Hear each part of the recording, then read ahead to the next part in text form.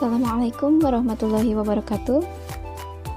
Innal hamdalillah nahmaduhu wa nasta'inuhu wa nastaghfiruh wa na'udzu billahi min syururi anfusina wa min sayyiati a'malina may yahdihillahu fala mudhillalah wa may yudlil fala hadiyalah.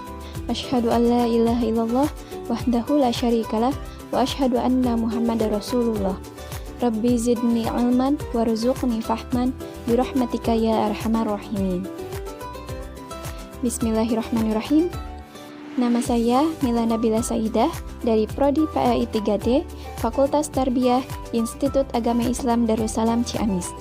Pada kesempatan kali ini, saya akan mencoba menjelaskan atau memaparkan sedikit tentang pengertian dan hakikat alat pendidikan pada mata kuliah Filsafat Pendidikan Islam yang diampu oleh Bapak dosen PP Iswanto SHIM PDI.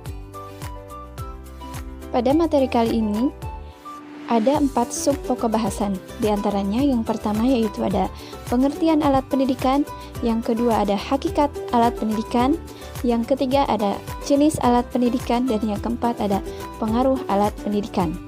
Baik, kita mulai dari yang pertama. Apa sih itu pengertian dari alat pendidikan?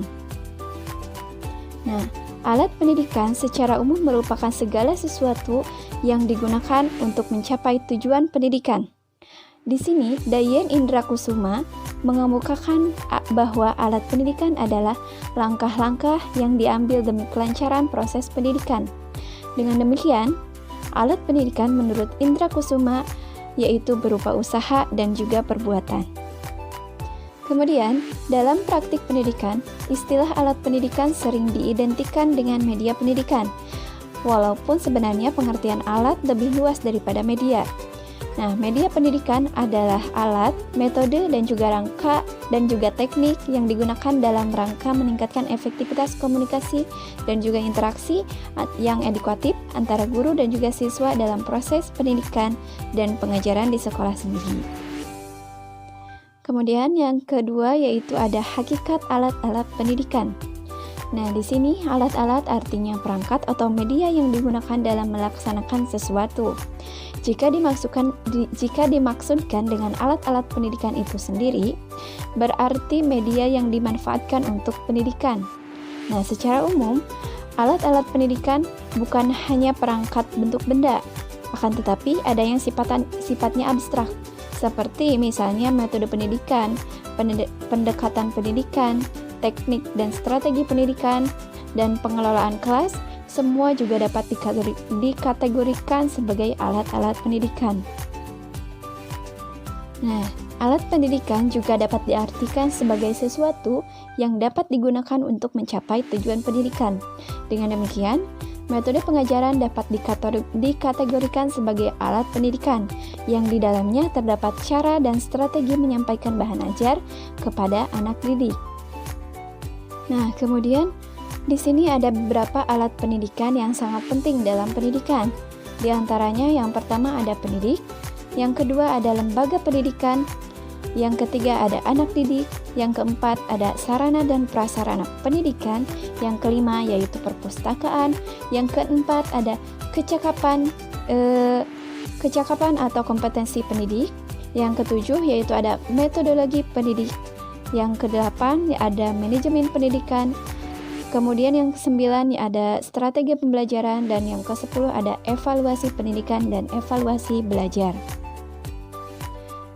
Yang dimana di sini pendidik merupakan alat pendidikan, karena tanpa pendidikan tidak akan belajar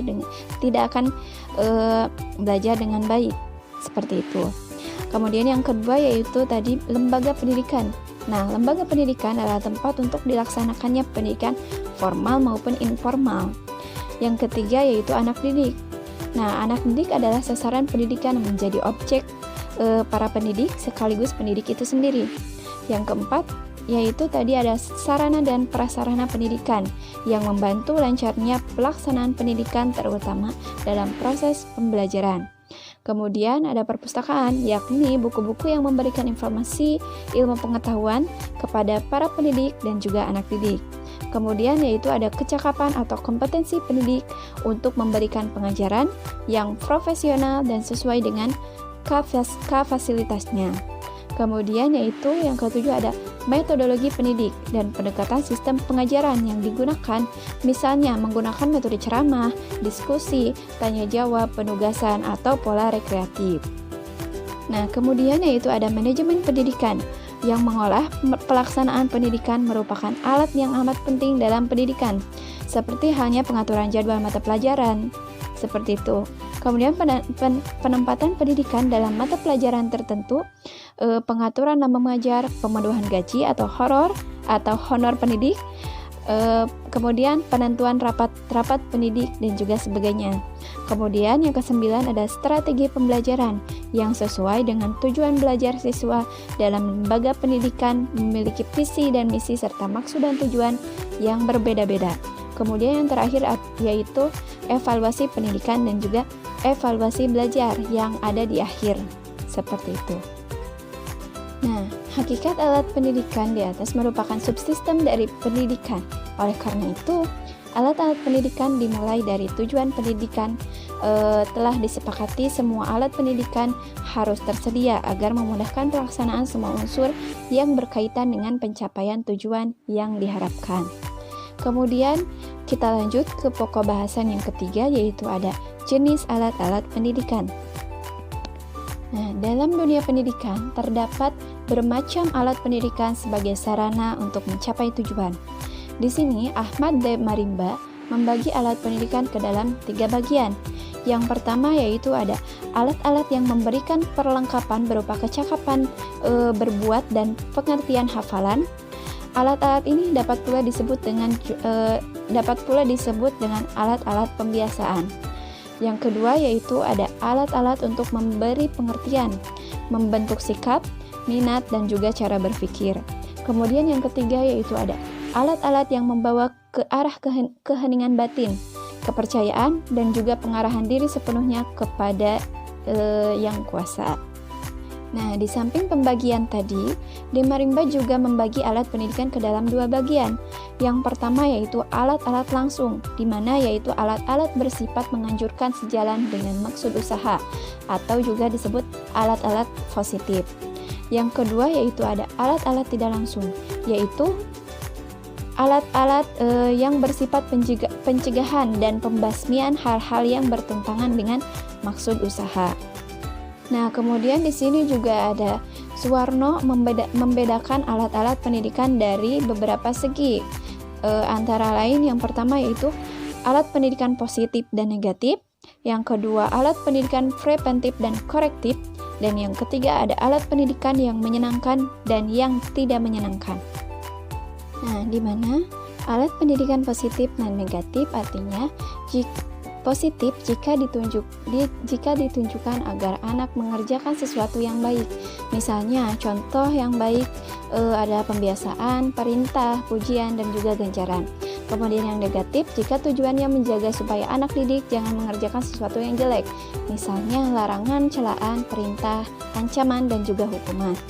Kemudian yang kedua, alat pendidikan preventif dan korektif. Preventif jika maksudnya mencegah anak sebelum anak berbuat sesuatu yang tidak baik.